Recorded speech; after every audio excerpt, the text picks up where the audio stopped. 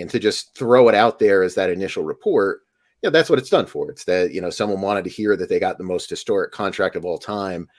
And there's no real context given to anything that happened with that contract. And, you kind of cut through to see what the real meaning of it is, how long the team is actually committed to that player, what's the impact going to be over a certain amount of time. And sometimes you come away with a totally different viewpoint of the deal versus whatever that quick number was that got thrown out there the minute that he agreed to the contract.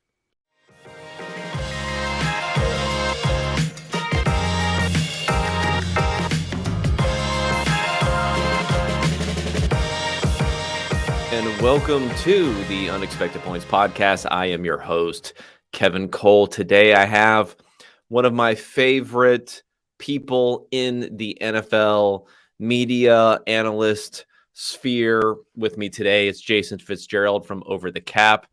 Honestly, I agree with this guy a little bit too much. It almost makes me uncomfortable how much I feel like we're on the same level of things. And what's interesting about that, of course, is he's not a quote unquote analytics person. He's not, a programmer who's getting into these things. I think he's just someone who is thoughtful and intentional about how he goes about things. And that aligns with how I think about things. So we have a wide ranging interview going about free agency, trading, the quarterback position, how teams should be looking at that, his Jets, how they should be doing things over the offseason, and a little bit of a window into NFL media and how information is processed in that regard. I'm taking the plunge here. I'm making this the first interview podcast that is going to be a paid subscriber podcast if you want to get the entire thing. A couple different ways I'm going to mitigate the pain here for any of us who are listening to this as a free subscriber. Number one, it's going to be a healthy portion that is still free, but if you want to get the entire thing, you're going to have to pay for it on podcast. And number two, I have an Unexpected Points YouTube channel, and the entire video will be posted there. And of course, that will be free of charge. Check it out. It will be linked to in the show notes when you're listening to this. I appreciate all the support I've been getting on the Substack. It's exceeded my expectations, I would even say, as far as the support is concerned there. But during the summer, things are going to be a little bit lean. It's not NFL season, and getting some compensation for the effort I put into this pod will be much appreciated for those who love it. If you want to contact Jason, he mentions at the end of the pod, at Jason_OTC. Always go to Over the Cap. Never go to any other salary cap website out there. And with all that for the intro, let's get right to it. This is Jason Fitzgerald from OTC. All right, welcome to the pod, Jason Fitzgerald. I believe this is your second appearance on the podcast. I'm a huge fan of the OTC podcast, and a lot of people come to me sometimes and they say, wow, Kevin, I'm impressed by the fact that you can go 45 minutes, an hour, maybe an hour and 15 minutes all by yourself doing a solo podcast, and it doesn't seem like a big deal. I mean, you're lapping the field in that category. I say you're probably averaging about 2 hours and 15 minutes on recent podcasts. Yeah, I don't get to do them every week, so I get like a backlog of questions that come in, and as long as I got a couple of beers to get through the night, that usually can kind of keep me going. And it's done with it. A couple weeks ago, I did one that was about 2 hours and 45 minutes. I couldn't believe the amount of time. I said, "Wow!" I said, "That's pretty impressive." That's pretty impressive. But I was able to kind of get through that one. But yeah, when I just do them every couple of weeks and I kind of get off on a topic, and then I always will do a Q&A session. And this time of year, you get so many questions that come in. I don't try to filter down on questions. I'll just take everybody's questions. So it just goes sometimes on and on and on and on. So if people actually make it to the end, I'm usually pretty amazed. But more power to them for listening in. Yeah, I mean, I make it to the end most of the time, but it's not even just a Q&A. I feel like you could go just off of any particular topical thing that may be going on for a while here. So I'll try not to keep you too long. I'll try to wrangle that in a little bit if need be. But I have to say, it's very cogent, all the analysis and everything else. So I enjoy it quite a bit. Everyone should be checking that out. Now, we're going to talk free agency here. We're going to talk Jets a bit. who won't necessarily be the biggest players in free agency, but we have the trade stuff that's going on here. They're bringing in either an actual first ballot Hall of Famer or a theoretical first ballot Hall of Famer in Derek Carr, as we've been hearing about. But we'll get to all that. Don't worry, Jets fans. We'll get to all that. There's some hope in the air, maybe, although probably pessimism always overwhelms hope when it comes to being a Jets fan. But let's talk about this period of NFL media generally, like trying to sift through signal and noise for what's going on with these different teams.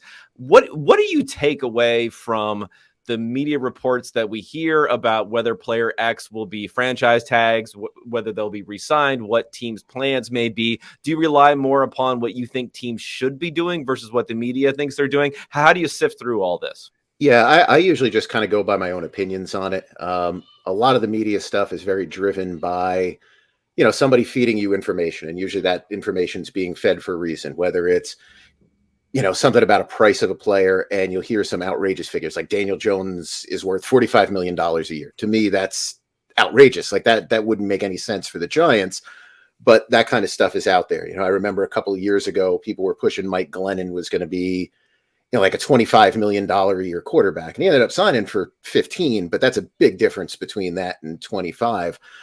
Same thing kind of comes with the franchise tags. You'll hear stuff about certain players. It's like, oh, well, he's a franchise tag candidate. And unless it's a position that doesn't cost a lot of money, like, tight end, tight ends don't cost a lot in free agency.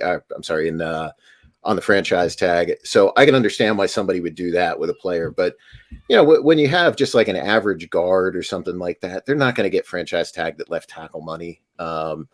You have certain types of linebackers. They're not going to get franchise tagged at a price that it'd be for a pass rusher. So when that kind of stuff goes out there, you just kind of take it as, okay, they're just somebody's saying something for someone. Or they're just not giving it much thought and they're just kind of putting it out there just to put something out. So I think this time of year, that's basically what you do is you just kind of listen to it, assume most of it is just noise, and then kind of go from there. Now, I mean, I guess it's my assumption over time, seeing how the insiders report things, that it seems to me that the overwhelming majority of information that they're getting is from agents. Would you say that that's the case? I'd say it's 99% of the information. And you can tell, you can tell when you see, so, you've got a couple of really big reporters, that break most of the news, Schefter, Rappaport, Tom Pelissero, a couple of the other people from NFL Network. They'll put out a tweet.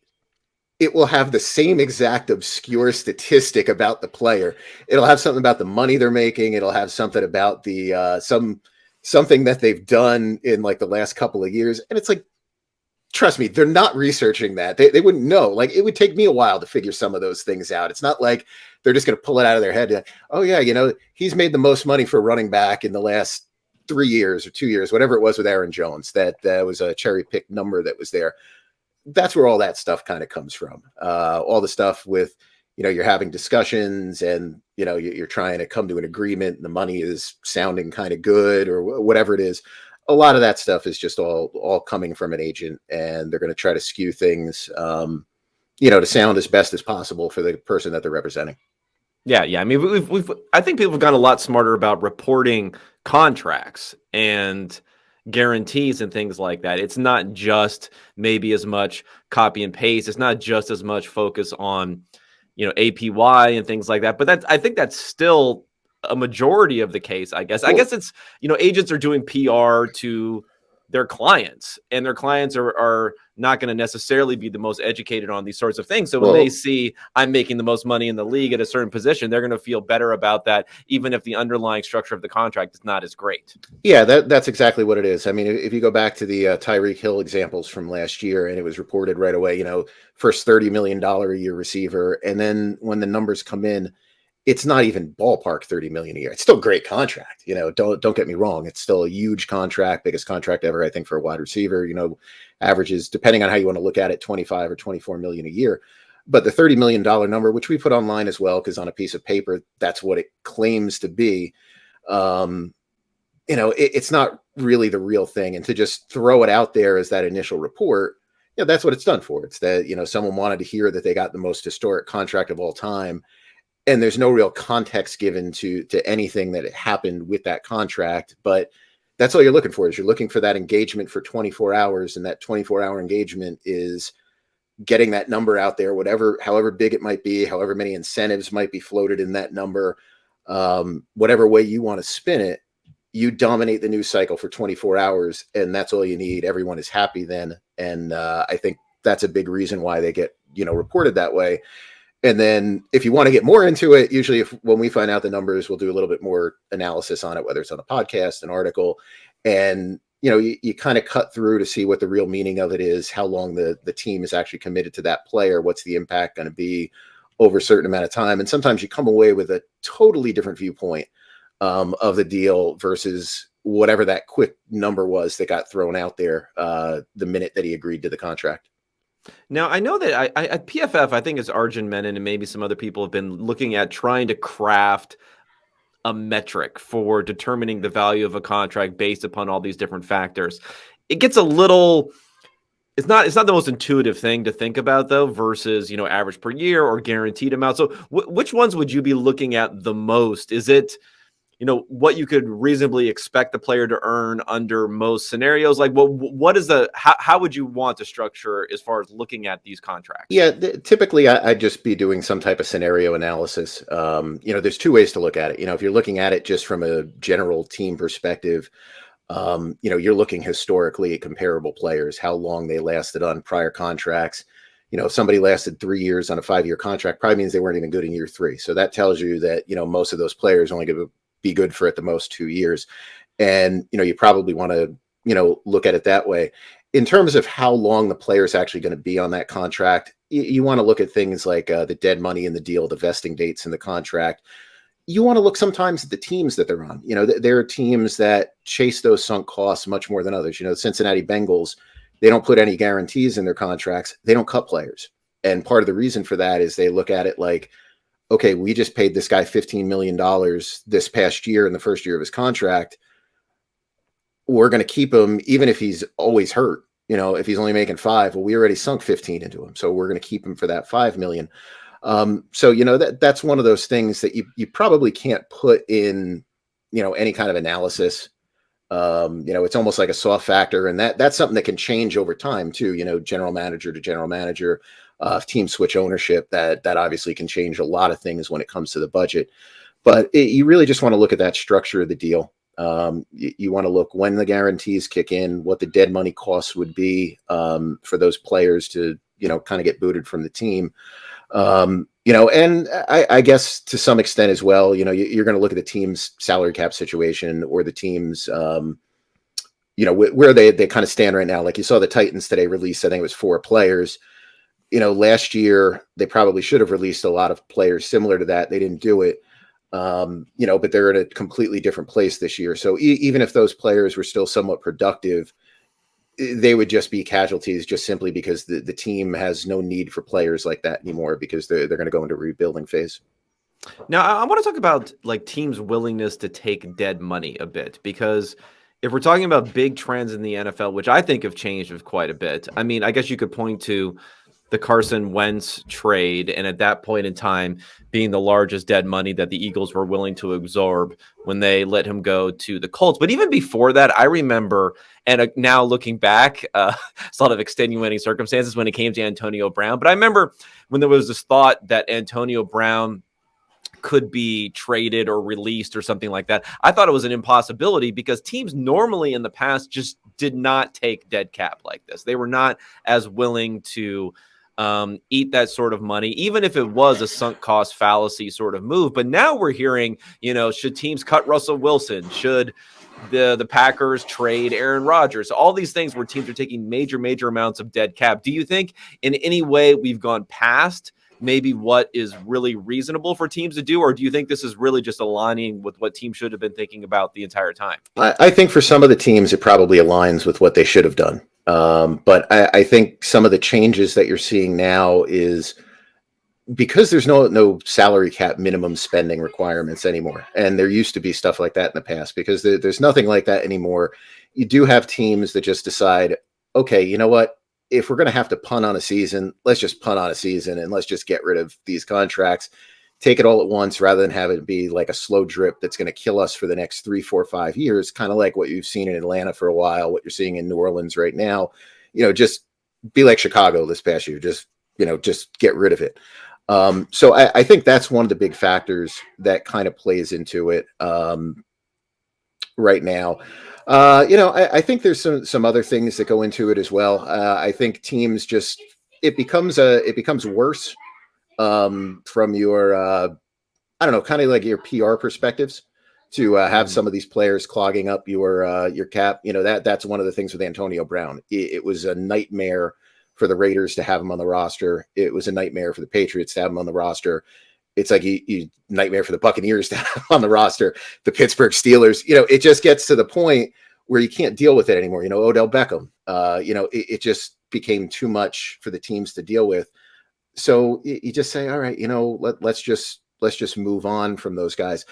The other thing that you have happen now too is you have a lot of movement in front offices, and the type of front office movement didn't exist a decade ago. You did have these general managers that had a very long time to, rebuild a team and, sit there and go through all these different possibilities that they could have. Nowadays, general manager gets a couple of years, so everything is going to be short focused. And when you take over a team, you basically end up getting rid of all the players that were, kind of there before, because you don't see how they're going to fit in your system.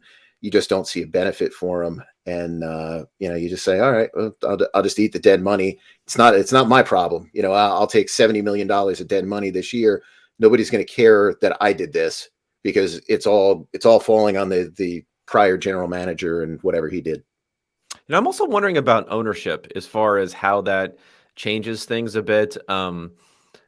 For me, I'm starting to wonder if the league is really going to get into, it's not going to be like international soccer where you have a few teams at the top who have these vast financial resources because they can spend over a particular cap. But we are starting to get in a situation here where you have, let's look at the new owners who have come into the NFL, right? We have David Tepper, who is, I don't know, $8-9 billion, whatever he is worth. Now you have the whole the ownership group with Rob Walton and everyone who was in Denver, who was worth, $40 billion. I mean, it's only going to be those types of people who are coming in versus the Mike Browns of the world and the Rooney family and others that are there here.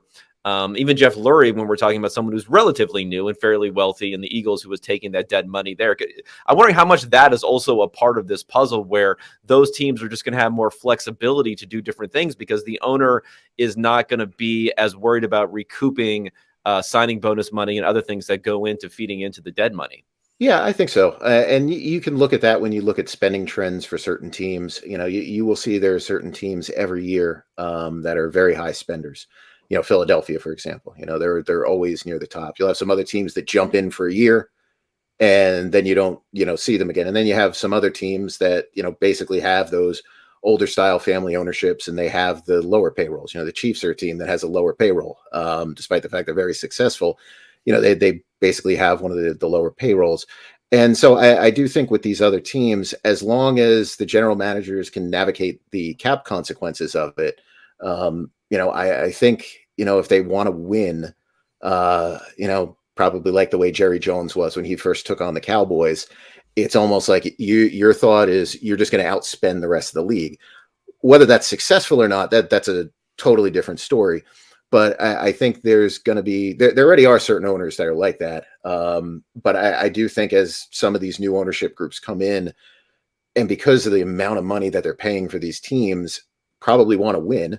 I would imagine they'd be pouring a lot of money into it because I don't, I have a feeling that buying the NFL teams, a lot of it's, it's a vanity project. It's a lot of fun, to own the team. I'm sure if I ever had that kind of money to own a football team, for as much as I'll complain about the guys that meddle, I'd be doing the same thing. I'd put on my general manager hat and I'd be right out there with them.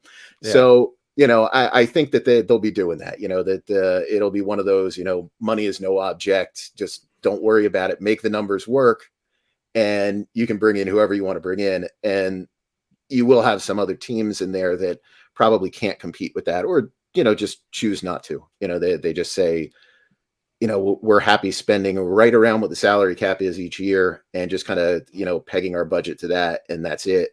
And we'll let these other teams go 20-30% over, and let's see if we can compete with them. Yeah. Okay. Well, let's maybe talk about the different avenues here. I mean, the draft is the draft. We'll have, mock draft ad nauseum going on before that's happening. But as of now, basically, we can talk about extensions. We can talk about very soon unrestricted free agents. We have other franchise tag and other things that have opened up at this point. Maybe we can talk about a little bit, maybe even on a position by position basis. I'm trying to think of how to structure this, but maybe we'll start at quarterback because there's a lot of intrigue this offseason where we've had some trades in the past. I mean, we had Russell Wilson going a year ago. We had Stafford going the year before that. Stafford was one of those situations where you thought it might happen, but it was still a little bit of a surprise when it did happen.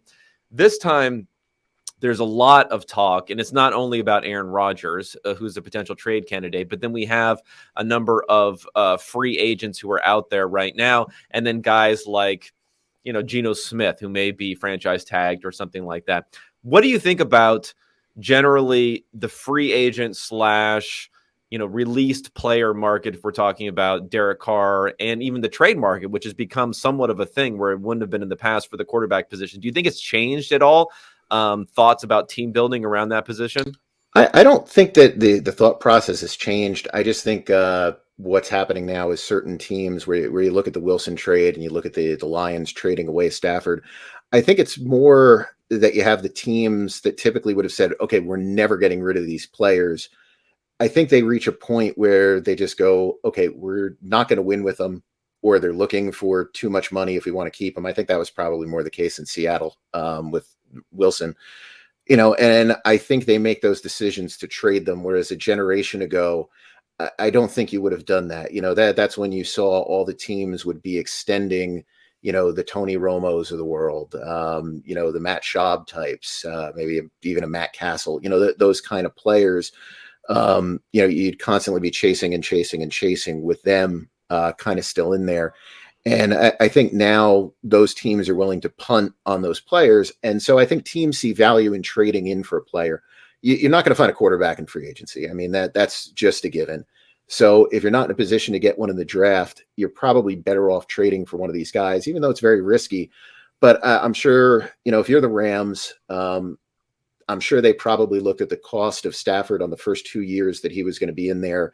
It was, off the top of my head, $25 million, $26 million. So even when you're signing him on a $40 million a year extension, which doesn't look very good right now, if you look at the total picture, it's the 4 years at 40 plus the other 2 years they got somewhat cost controlled at 50 million total.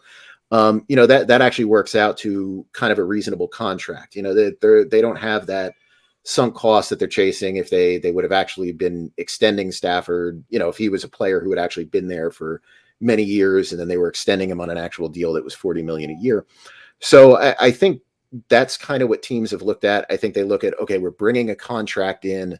What are the benefits of this contract we're bringing in? Even though it's still expensive, maybe it's not that expensive, compared to the rest of the market. I think one of the reasons Carson Wentz has been traded so many times, it's because people look at him, they look at him as having some type of value, basically because of what he did in those 12 games that 1 year with the Eagles before he got hurt. Yeah, 2017. And, they look at that, and then you look at the contract and you go, okay, yeah, it's not a great contract, but at this point, we're only paying him 27 a year. Like that's low compared to a lot of these other players. It's the same thing with Jared Goff. He's playing at $28 million a year. So even though his contract value reads higher, and the cap numbers at times could be higher depending on what they do with it, I think teams just see value in that. They're seeing someone that was a highly drafted player that you're getting kind of what they consider a bargain rate on, and they're going with that. So I think that's why the trade market for that position has really kind of taken an uptick.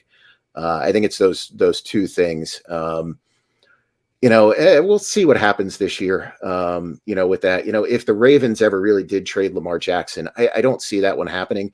That would be like an actual shift. Like that would be something completely different, because now you're talking about a young quarterback in the prime of his career. And, you're talking about trading him rather than extending him. And that'd be something that's different. You're not talking about a guy who's 35, a guy who's 38, somebody who's in their 40s. You're not talking about those kind of players anymore. You're talking about someone that you actually can build a team around.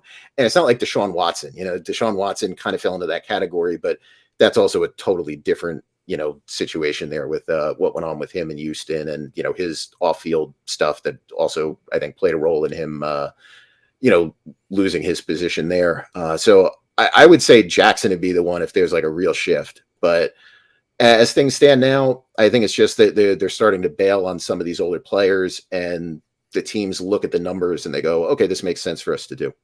Yeah. Okay. Well, maybe we can even talk about the Jets a little bit here, because they kind of fall into, clearly they fall into, what do we do at quarterback? Because they are in this situation where, and this is going to be the circumstance for teams who are looking via free agency or via trade to get a quarterback. They fall into a range of, not being a great team and having a great quarterback play, which would preclude them from looking at a quarterback, but not having a good enough draft position to really say with certainty that they can be able to get a quarterback. And even if they did get a quarterback, having a defense which you kind of want to strike while the iron is hot. I mean, even if you drafted a great rookie, a year from now, who knows how great the defense is versus the defense last year that was playing like a top 10 sort of unit. So how do you view, from the Jets' perspective, because let's just say the Jets are your average perspective when you're talking about a team in that situation who believes they are a quarterback away, rightfully or not, from going to the next level in the NFL, and you have options where it's, let's say Aaron Rodgers, whatever you would have to trade for him, which I really don't know, quite honestly, what you have to trade from. It could be way more or way less than what my anticipation is on that, versus saying we're going to get into a bidding war. Maybe, I don't know. Like, is Derek Carr going to have a bidding war? I don't know, but he has some potential. At least he's the highest named free agent, versus saying, should we go for someone like Jimmy Garoppolo or someone like that we feel like we could get average quarterback play from at probably a much cheaper price than some of these other options? Yeah. So I think when you're talking about a team like the Jets, who, hasn't made the playoffs in so many years, and everything was blamed on the quarterback last year, probably rightfully so. I mean, he was atrocious. That is the reason they didn't make the playoffs. But, the Jets got lucky in a lot of games last year. They're a team that is probably going to go out and say, okay, target number one is Aaron Rodgers. That is the flashiest signing we can make. That's the best player who's available. You can fit him in. He's only 15 million or so on the cap this year. We'll deal with the fallout, after this year, we'll figure out whatever that's got to be. Pay whatever you got to pay to bring him in. I think that is probably their top target, unless, when he comes out of the darkness, he just says, I refuse to go play in New York. Then there's not much you can do about that. And in which case, then there's been so much press that they've put out there about Derek Carr. The silly thing today where they told him he'll be a first ballot Hall of Famer if he wins in New York. And, again, this is comes down to the agent thing. Like, Derek Carr's agent, rightfully so, is trying to drum up interest, because you only need two teams to really be interested in you, and that goes a long way. If only one team is into you, your contract is going way down, versus two teams being into you. Yeah, so I think that would be their second option. Would be Carr. I think they'd make a strong play on him. I don't know what his price is going to be. If somebody wanted him for 40, they certainly would have made a trade for the Raiders and given him a 5th round pick and just, brought him in on his current contract. The Saints didn't do that. The Jets, I don't even think they approached it. It sounds like the Saints were the only team that even really were interested in that. So I have a feeling that's going to be one of those deals that, if it happens, the report on it is going to be something crazy. And then it's going to actually just be that it's all incentivized. Like, he gets a bunch of money if he makes the Super Bowl, a bunch of money if he makes the playoffs, if he wins MVP, all these different things. But I would think that's Jets option number 2. Option number 3 is probably Garoppolo. The injury history there is going to scare some teams away. And, probably the best option for the Jets is just to figure out how they can draft another quarterback and just go cheap until that time, and going like a Jacoby Brissett. But there would be a riot amongst Jets fans if, you spent the whole offseason talking about bringing in Aaron Rodgers and Derek Carr and Jimmy Garoppolo, and you come out of this and your quarterback is Jacoby Brissett or Teddy Bridgewater or, Marcus Mariota or, any of those types of players who are going to be available. So I think for teams like the Jets in that position, I think they probably just go overboard, and I don't know, maybe Rodgers has something. I don't really know. But the other guys, I have a feeling that's just pouring money into not really very good quarterback play. It's just a better name value. It's better play than Zach Wilson, but it's Is it not better than Mike White though. We don't know. Well, Jimmy Garoppolo, probably not. He's got the same injury problems as Mike White. Derek Carr will stay healthier, maybe. Yeah. But yeah, it's like, it's a name and it's someone that you're bringing in. It's probably not going to change anything. And to be honest, for a team like the Jets or many of these teams, where you have that 1 year and you go, man, we were just a quarterback away. We were this away. Those same units don't fire, the next year. Like that defense probably isn't going to fire the way that it did. The Jets aren't going to get games where, they pull off a 14-point swing in a matter of 30 seconds, where, a guy misses an interception by a toe or misses a touchdown by a toe against them. And, that kind of stuff. Like they're not going to get those breaks again. So it was this past year was when they needed a quarterback. And unfortunately, their options were Zach Wilson and Joe Flacco and, Mike White, who can be fun for a couple of games, I guess. But, so I never like to plan on that the next year. And I think a lot of teams do, and you chase something that doesn't exist. The Bears have been like that, since Trubisky flopped. They did that, pretty much the whole time in the Ryan Pace tenure. It was just chase quarterback. And every time everybody gets all excited, it's like, okay, we're bringing in Nick Foles, we're bringing in this guy. It's always just a sideways move. It doesn't move your organization forward. And as the rest of the team gets older and, the rest of those breaks aren't always there, the team ends up just taking a big step backwards overall. Yeah. Unfortunately, for Jets fans, I mean, they may not view it the same way, but the way that I view it is, I think of the Jets and how they're approaching this quarterback situation as being similar to maybe like a soon-to-be high school graduate looking at colleges, and it's like the private school that costs $60,000 a year, but is only a few spots higher in the rankings than maybe the public institution for their home state. They're like, no, I have to go there. I have to go there and spend that money just to get that little incremental value, just because there is such a yearning and starvation amongst the fan base and obviously ownership and everyone else there. Yep. I think that's a pretty good analogy, I think, for, for what they're doing. And, not to just pick on the Jets here. I mean, this applies to a lot of football teams when you get into free agency and when you get into, talking about making moves at the quarterback position. I mean, it hits a lot of teams. There's just not a lot of talent at that position. And it's the easiest position to look at and go, that's the reason why our team lost. And, just say, if we fix that, we're a Super Bowl team. You're not a Super Bowl team, but okay. They're really going all out. They're going all out with what they could potentially be, but we shall see about that. Well, maybe just quickly on Lamar Jackson. If you were, Eric DaCosta, let's say, congratulations on being GM of the Baltimore Ravens there. Good promotion from over. Yeah, good promotion there. Is there any offer that you could get? I mean, I mentioned the Falcons in particular as a team because I'm trying to think of the teams that are near the top, and I don't necessarily see anyone who is near the top of the draft. The Falcons are at 8, though. Like if the Falcons said, hey, we're going to float you a couple of first-round picks, we'll cut a check for Lamar Jackson, we'll give him his $250 million guaranteed because we have $1 billion of cap now after everything that's gone through there. Maybe throw in an additional day 2 pick. Is there anything that could ever be compelling to the Ravens where you could see them being tempted at least? I mean, they're doing the right PR move so far, at least from Harbaugh and others who have talked about it and not given a hint that anything like that is possible. But, he has missed 10 games over the last 2 seasons. He did potentially not play when he maybe could have played, which is almost something you would never see in a playoff type of situation in the past. So there are, I don't know. I wonder about this situation a little bit more than some other people potentially do. I don't know. I think if the Ravens were probably interested in trading him, I think what you talked about there at the end of the season, where it was pretty clear he probably could have been playing football. And it was a decision that, I'm not going to play because you guys didn't sign me to a contract extension.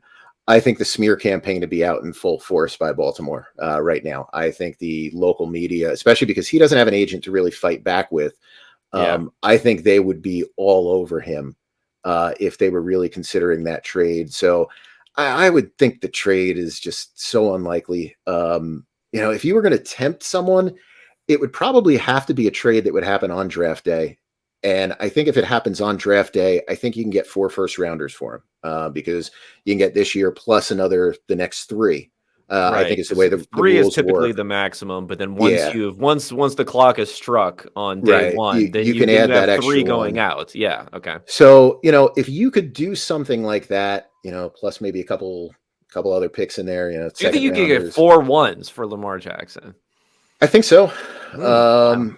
I think that, if you look, they got 3 for Deshaun Watson. Watson hadn't played football in some time, had all kinds of legal issues hanging over his head, guaranteed his full contract. So, I mean, if you have, again, a team like the Jets, team like the Falcons that you mentioned, those teams that are willing to spend a lot of money and, maybe do that kind of contract. The Falcons were in on Deshaun Watson. Now, they didn't go for what he was looking for as a contract, but my assumption is they would have gone for that price in the trade capital. They would have given up those 3 first-round picks. So I think Jackson, I think you could probably pull that off.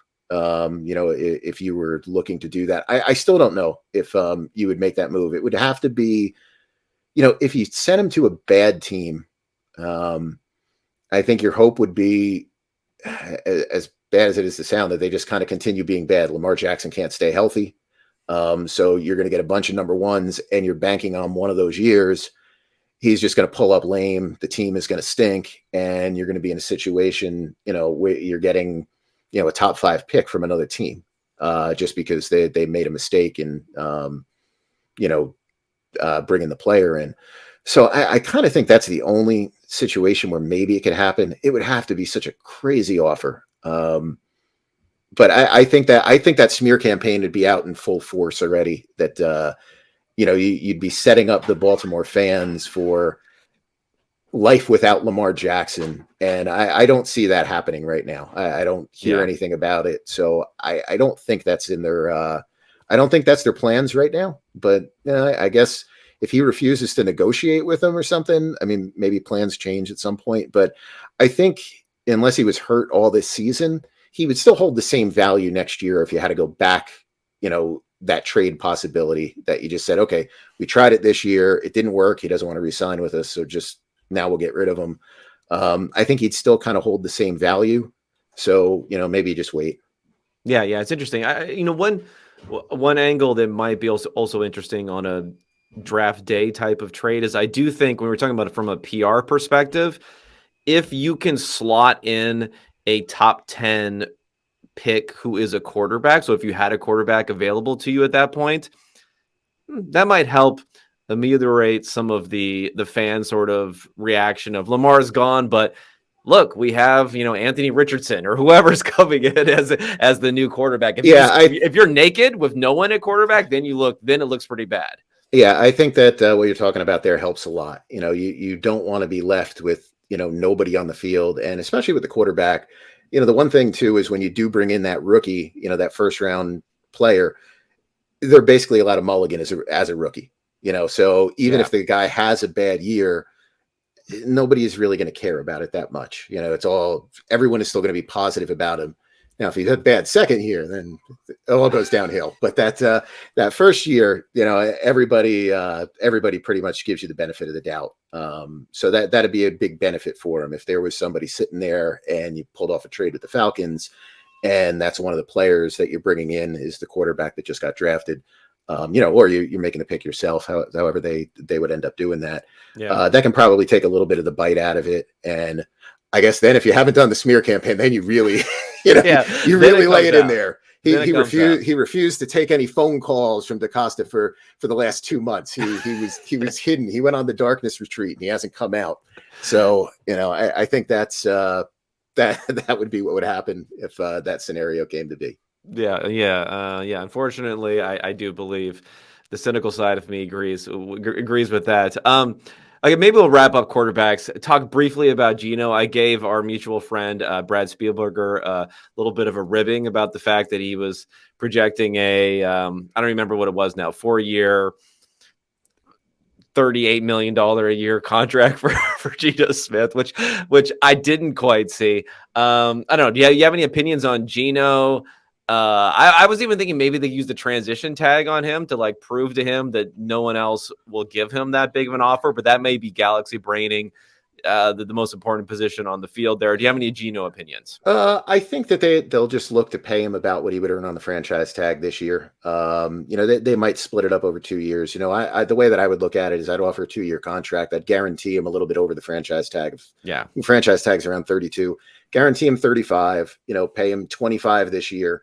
Let him earn however much he could possibly earn next year, $40 million or something like that. Because if he doesn't play well, you say, well, we're either going to pay you the guarantee to cut you, or we'll pay you the guarantee, that extra 10 million plus a little bit more, and you can stay on the team. You can compete for a job with a rookie, whatever it might be. But I cannot see them doing any type of long-term commitment. I think they balked at doing a long-term commitment with Wilson another time around, and I can't see why he would do it for Geno Smith. I mean, Geno Smith has been a minimum salary player for, I don't know, last 4 years, 5 years. You could use that transition tag. I think that'd be okay too. But I think Geno Smith knows, I think they know that there's not going to be that kind of market for him. So I kind of think that you can come to an agreement during this franchise transition tag window and get something done that just kind of, gets his cap number, below the franchise tag this year, and still lets him earn at least that amount of money over the next 2 years. And you can give him some upside if he,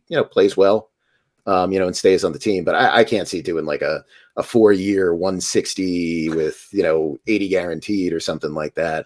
It just wouldn't make sense for Seattle. At that point, then just throw one of the tags on him and you say, okay, well, you'll play for the year for $30 million and, see where it goes from there.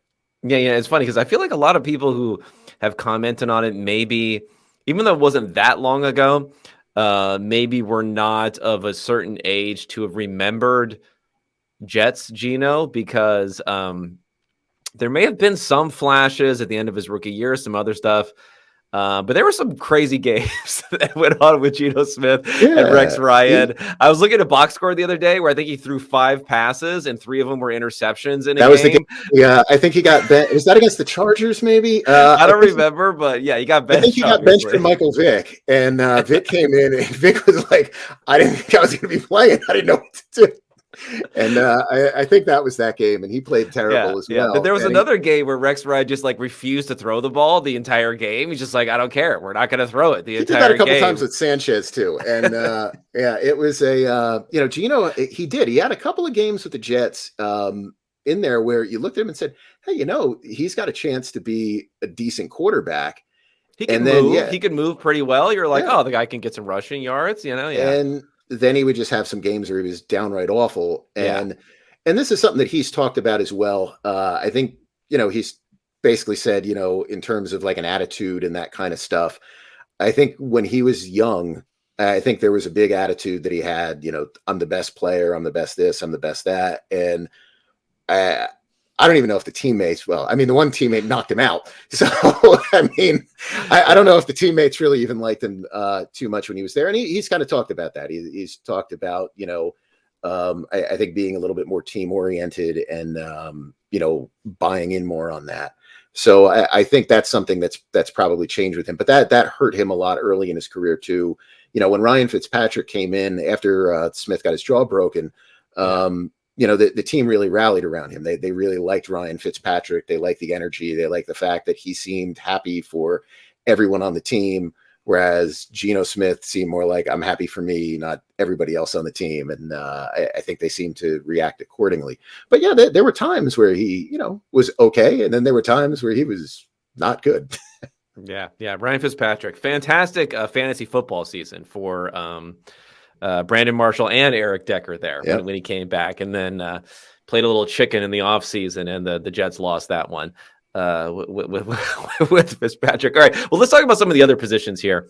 If we're talking about free agency, I mean, obviously you look at every player individually. You're not going to necessarily, there's not there's impossible to be a value at one position versus another, but at least some research that I've done has said, generally wide receiver, tackle, some of the premium type positions, edge rusher, a little hard to find these guys in free agency. Interior offensive line, tight end, if you're not looking for elite play. And when it comes to tight end, it's like 2 dudes, 3 guys that are like the elite guys, and everyone else is pretty normal.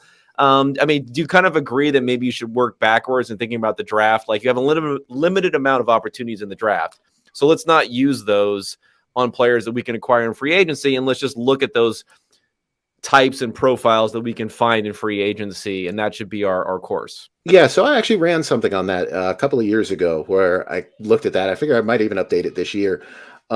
Basically looking at every single position and seeing what the availability was of those positions, in free agency. And what you start to, kind of get into is that you can find like your best guards are available in free agency. Like, you can find guys who sign top tier deals in free agency. You can find I'm trying to think, linebackers, you can find your linebackers in free agency. You can find defensive tackles that aren't pass rushers, guys who are basically your run stuffers, which is most of your interior defensive guys are like that. You can find them in free agency. Safeties you can find in free agency. Tight ends you can find in free agency. And then when you flip around and, you look at quarterbacks, just not available. You look at pass rushers, just not available. Now, we've seen a couple of guys towards the end of their careers, kind of getting traded. But if you're just looking at availability as a free agent, that's not there. You look for wide receivers.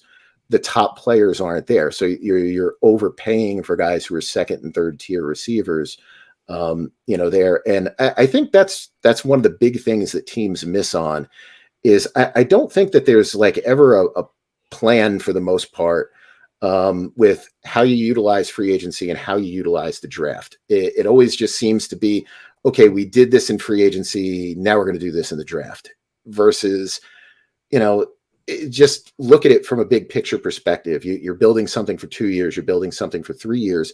What are the odds of finding, this position, via free agency?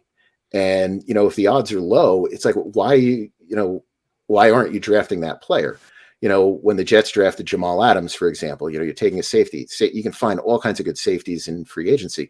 Okay, Jamal Adams may end up being an all-pro, and, he had a bunch of really good years there with the Jets.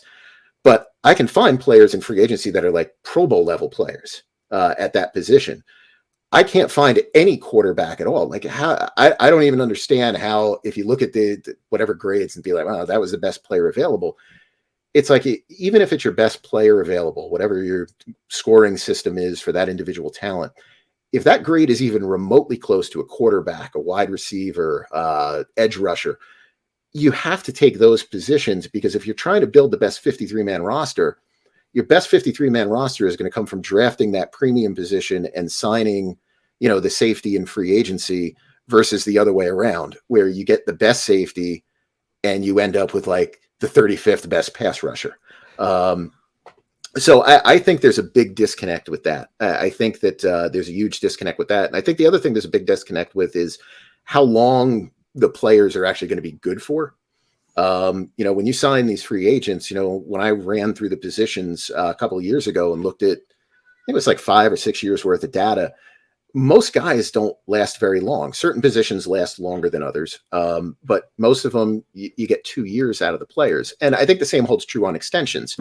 And it's like, just because, I went through this whole thing, with, say, Michael Thomas when he was with the Saints and, wanted all that, he wanted the contract that averaged around $20 million a year, blah, blah, blah, blah, blah. And now you go, okay, we're set at wide receiver. And it's like, you're set for now. You're set for like the next 2 years. You need to have these guys coming in through the pipeline to replace those players, because odds are they're going to break down. Now, there's some guys who do last. Thomas was not is not one of them. But if you have someone that comes through that draft pipeline, even though it might not look like a draft need, you're far better off because now you've got someone ready to replace him versus, really just at that point, just drafting for need or really overpaying free agents because you need to get a guy on the field. So I don't think there's a lot of planning that goes into the stuff as well when they do sign a free agent or sign a player to an extension. I think it's just like, okay, we have a check mark by that position now, and there's no thought that, 2 years from now, that check mark is going to be a big red X, and, you're going to want the player off the roster. Yeah. I mean, a best player available is this is the bane of my existence when it comes to these sort of things, because what does even best mean? I mean, I was looking at a estimation of first round worthy players in this draft, and when they were talking about Bijan Robinson, who's going to be the running back, who's going to be the generational talent of this year, which is every year there's a generational always talent. Generational talent. So it was like, he's one of the most talented players. But what does that even mean? Do you win football games based upon you calculate the talent level across the team, however you look at it, to win football games? No, you don't. You have to score points. That kind of stuff drives me crazy. When you hear the things and you hear the value I don't like these receivers in the first round, but I love them in the second round. It's like, then if you're a team drafting at the end of the first round and my option is a running back or a linebacker or drafting up to get one of these receivers, I'll move one of these great values from the second round up into the first round because there's just, much more potential, for that player. Going back to the Jalen Hurts thing, and I know you obviously talked about that a long time ago. And, when that pick happened, it was like, in my mind, I was like, okay, that's a pretty good pick because at the very least, you're filling your backup quarterback position. A backup quarterback is going to cost you $4, $5, $6 million a year unless you're bringing in a veteran minimums guy. So you're bringing in a rookie who's going to cost you, $1 million, $1.5 million, $2 million a year, whatever his salary is. But he still has the upside of potentially being a starter. Now, no one would have expected Jalen Hurts to have the kind of year that he did this year. But that's like a perfect example of taking a position that everybody crucified them for it, the same way the Packers got crucified for the Jordan Love pick and everything else. There's nothing wrong with those picks. Even if the guys don't pan out, they more than make up for whatever with the salary, unless they just can't play football. If they can't play at this level, then okay, yeah, then it's a wasted pick. But, otherwise you're still filling some type of need. Every team needs a situational pass rusher. So even if you get a guy top 15 and he's an edge rusher, if he can give you $3 or $4 million of value, he's probably outperforming his contract. And it's younger and it's probably better than what you're going to find in free agency where you're going to probably pay $9 million for that player or something like that. So I think people get way, way, way too caught up in the whole, I don't know, highest graded player and the generational talent's the worst thing. He's going to dominate that position for a decade for that team. It's how many players last a decade these days with their football team? Very few. Yeah, and I'll watch the draft and there's 10 guys that they're going to say, that's a cornerstone. That is a foundation for the next 10 years. Like, what are you talking about? Oh yeah. I mean, it's part of the whole, it's part of the whole thing when every comp for a first round player has to be like a Hall of Famer, basically. Like comping everyone. So the expectations there. Yeah. I do like receivers in particular because it's because the idea of, what? You could find these second round wide receivers who are so awesome. And this and that is well, wait a second. Why not just draft them in the first round? If they're that good and they're worth that much, why not just take them in the first round? Doesn't that make sense? I don't know. You would think so, but I guess there's some linebacker that they look at and they go, he's the next Ray Lewis. Yeah. Well, you know what? What's also interesting about receiver, and this is something that I also wanted to discuss with you because I've been thinking about a little bit where people are a little sensitive about what to do when you have a high value quarterback contract and you have a high value receiver contract. And then you also have another receiver who is pretty good. T. Higgins is going to be one guy who's going to be in that situation pretty soon, presuming that Jamar Chase is going to get the nod over T. Higgins if it comes down to it. Maybe Devontae Smith will be that sort of guy pretty soon. What do you think about that as far as the team's ability to pay all three of those positions at the same time? Because I do think it's an interesting situation, especially now that the wide receiver trade market is fairly robust for these teams. I feel like if you're the Eagles or if you're the Bengals in the next year or two, maybe you spend another high value pick on a wide receiver and then let one of those guys go and gain picks and not have to pay them, and only pay AJ Brown and Jamar Chase and not those other guys. Yeah, so I think the Eagles, I think their picks, their guys are probably going to be staggered enough to where it won't be as much of an issue to where they have to worry about carrying both of those guys. More likely, by the time Smith's numbers are going to come up and Hurts's numbers would come up as well, AJ Brown is probably going to be phased out, I would think, at that point in time. That makes more sense. I mean, just the nature of the way that it goes. They have the fifth-year option with him. They don't have the fifth-year option on Higgins, who's right. Also earlier. Who's also Cincinnati. Earlier too. Cincinnati is a different scenario. And Mike Brown is relatively broke compared to other owners. Yeah, compared to the other ones. So, they'll probably decide on one of those two players, and I would guess that they would trade the other one. Depending on what their situation looks like, I'm sure that could be a situation where you get into the, we'll franchise tag you just for the sole purpose of trading you. I could see that because, the way they're set up, all those contracts are going to all hit like at once. It's not like, the Chargers, where Mike Williams, $20 million a year. $20 million a year is going to be pretty much done by the time they extend their quarterback. So those guys are all hitting at once because everything came up aces for the Bengals in those couple of drafts there. That'll be an interesting, kind of decision. But I think that's another reason why, when you have those drafts, even when someone goes, well, why are you taking another receiver? You're taking another receiver to plan for your future, because your future probably doesn't consist of paying two guys, $45 million a year combined, and your quarterback $55 million a year. It's like you do have a rest of the team that you have to, you got to field out there too. And at some point, maybe it's there's diminishing returns on having, two guys making 20 some million at that position, especially if the quarterback is that good. So I think those are scenarios where you do draft guys and you kind of have guys that you can evaluate. And, then you turn to that trade market and you trade away someone for, in that case, you're going to get a first round pick for the player, and that's pretty valuable. Yeah. I mean, CeeDee Lamb is probably another example of a guy where he like fell to the Cowboys. And at that point in time, it was the Cowboys don't need receivers. Like this is total, duplicate. And now it's the Cowboys are desperate for wide receivers at this point in time. So things can flip around really, really, really quickly there.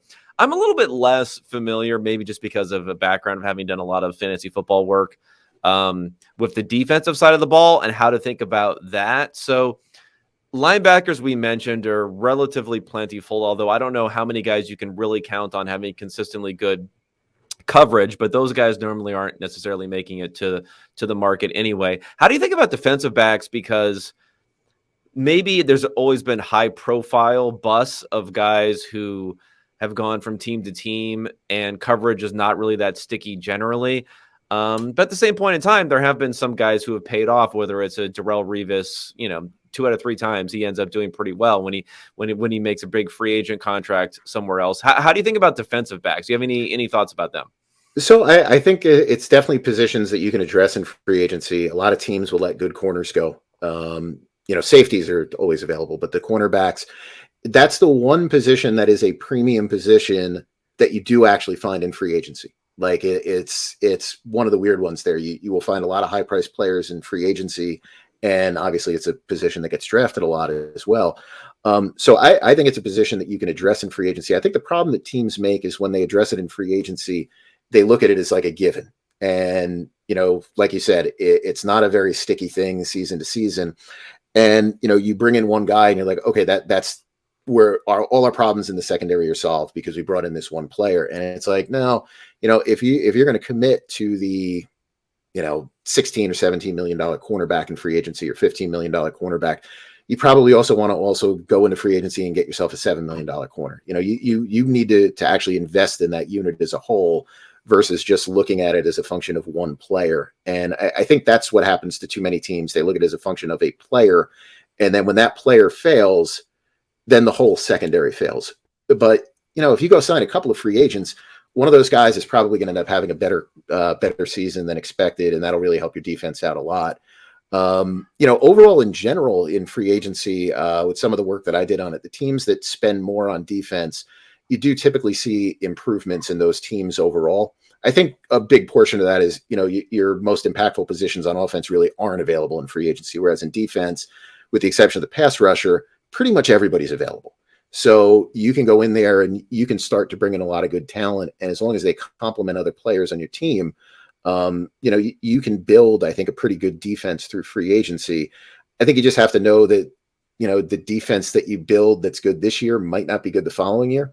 So if you're going to use free agency for it, try to build yourself some outs in some of these players and don't get so fixated on like, it was great last year, it's going to be great this year. I think you just always want to be kind of manipulating your defense a little bit here and there and adding certain players in. And you can use free agency to do that. And you can use all different levels of free agency, from, say $3-4 million a year up. There's a lot of players available that you can get to fill roles on that side of the ball. And teams that have done that have typically performed better than the teams that would have spent an equivalent amount of money on offense, where you end up with a lot of these players that maybe not to the extent of Kenny Golladay, but guys that just you're overpaying and they just come in, they just don't fit in, or they're just not giving the effort or whatever it is. It just doesn't click, or, maybe you're bringing in guys, but your quarterback's just no good. It's like, there's only so much you can do if somebody can't get you the football.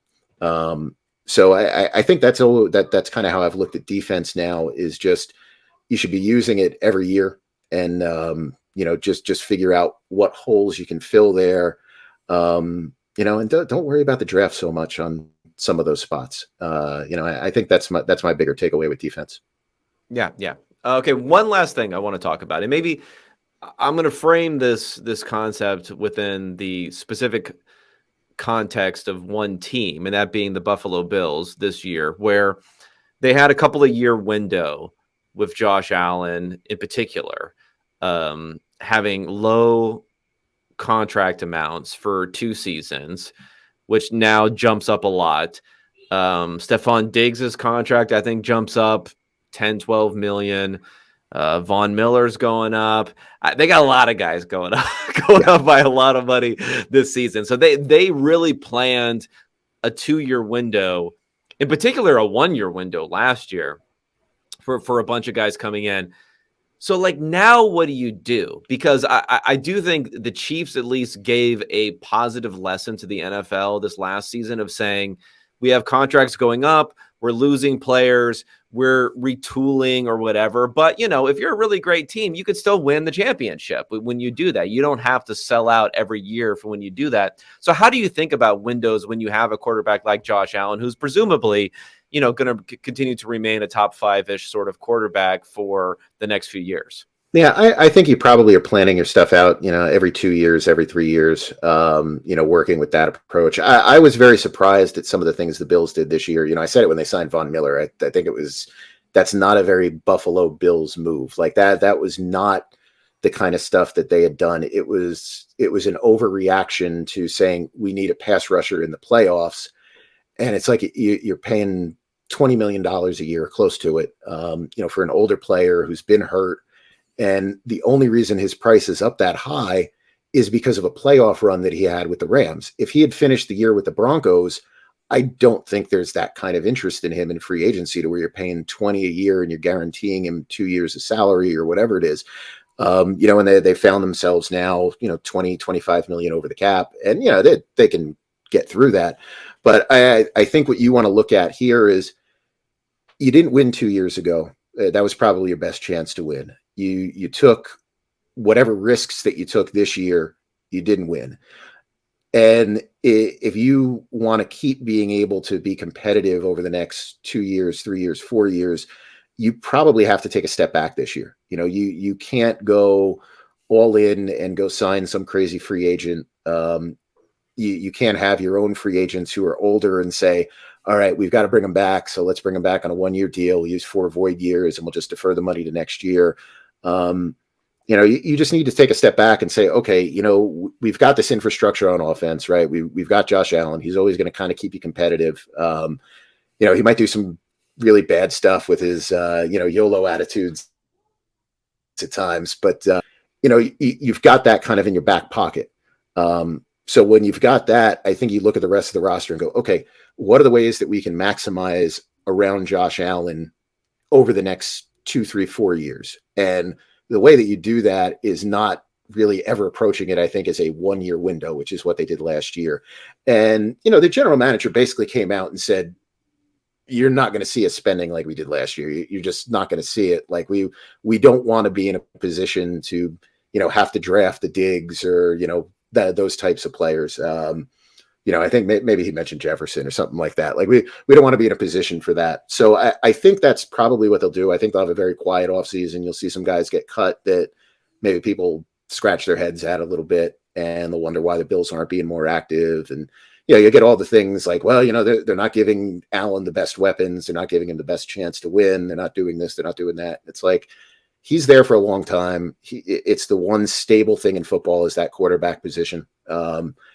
So, that's a stable thing for you for a couple of years. That's one of those few things that you can look at over a 4 or 5 year period. So, your goal is to just find the ways to maximize that out. And so I think when you're the Bills, you have to take that step back, because if you don't, you look at all these teams that really just went in on 1 year, the Buccaneers. Like, it looks like a disaster for them right now. The Rams, it looks like a disaster for them. The Saints, it's a disaster. And the Saints didn't win. At least with these other teams, you get the pat on the back that says, okay, well, I won a Super Bowl. With some of these other teams, they don't. The Falcons, they didn't win. The Saints didn't win. The Panthers never won. Mickey Loomis is still employed, at least, so he's doing something right. Well, yeah, if that's the goal, yeah, he's been around for a very long time, and they do a good job with certain things, but this prolonging of the post Drew Brees era has been just like a disaster there, and you just don't want to be like that. I think if you're a team that has a good quarterback, I think the thing that you actually want to study is the Saints in those 2014, 15, 16, right around that era, where they went 7-9 with Brees, probably at the peak of his career.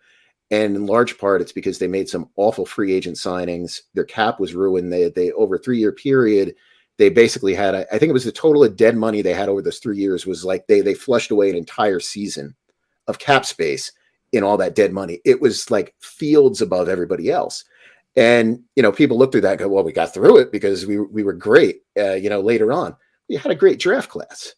But, before that, you wasted 3 years of a great quarterback because you did things wrong.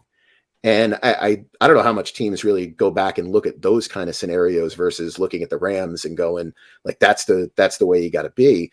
But I think when you look at those kind of teams, I think that should be your like cautionary tale, because if you're the Bills, that's not what you want. You don't want to have a roster that's like aging and falling apart, and you've got this great quarterback and you can't even win 8 games. So I think the Bills will take a very conservative approach this year. Probably assume that you'll still win a pretty lousy AFC East, and you take your chances in the playoffs. Allen gets hot, Diggs gets hot at the same time, and you catch guys that don't have a great game. Any team in the NFL can get beaten. So, I mean, as long as you can get to the playoffs, you've got a puncher's chance. So I think they'll take a step back. I don't think they'll be like some of these other teams that go all in for a second year, but I guess we'll know that a little bit more in a couple of weeks.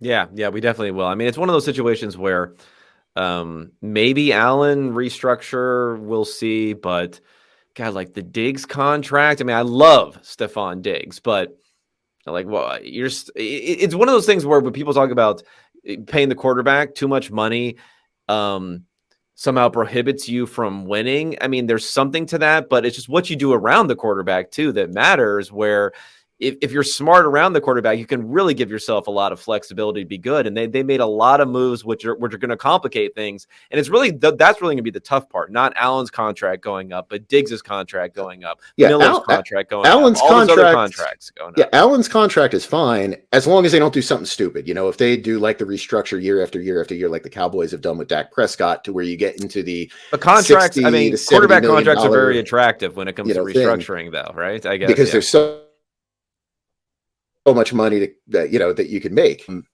on that. But, you saw the Chiefs didn't do that with Mahomes this past year. And I think that was by design, because you get to the point where a cap number can become prohibitive at some time. So I think, I think that you're cautious with that. But yeah, if you have the right quarterback, the Josh Allen, the Patrick Mahomes, those players, it doesn't matter what you pay them. Those guys are fine because they're good. The problem is that in that same range of, salaries, you have Kyler Murray, you have Matt Stafford, you had Derek Carr, you had, from a couple of years before at the high end, you had Kirk Cousins, you had Carson Wentz, Jared Goff. Those players don't belong. Like you can't win when, the gap is too big between you and those real elite quarterbacks, but you're paying them basically the same amount of money. You're at a major disadvantage at that point in time. But if you have an elite quarterback, you can pay him $50 million a year and it's fine because the guy's great. Problem is when you're not quarterback $50 million a year, and that's typically what happens. But yeah, I don't think there's any problem with paying a quarterback. I think it just has to be the right quarterback that you pay. Yeah. No doubt. Okay, Jason, I'm going to let you go. I know you could go all night by yourself. I could just turn off my mic here and you could keep going. And I appreciate the time. Anything you want to plug outside of OTC, of course. Use OTC. Don't use that other site that has some contract information that they get through nefarious purposes. Anything else you want to plug? No, I think I'm pretty good. You can give a follow at Jason_OTC on Twitter if you want. Not if you're a Jets fan, yell at him. He appreciates. Oh yeah, if you're a Jets fan during the season, you get angry with me. I get a lot of hate messages during the season. I think this past year someone asked me if I would disable my Twitter account if the Jets made the playoffs. Maybe it's like, no, why would I disable it if they made the playoffs? Like how dumb is that? You question Breece Hall. That's what you get. Oh Lord. All right, Jason. Well, thank you so much for doing this. I was thinking the other day about like the people who I think like the top notch sort of NFL analysts, and you're right there with all of them. So I appreciate you taking the time to do this. Thanks, man. Anytime.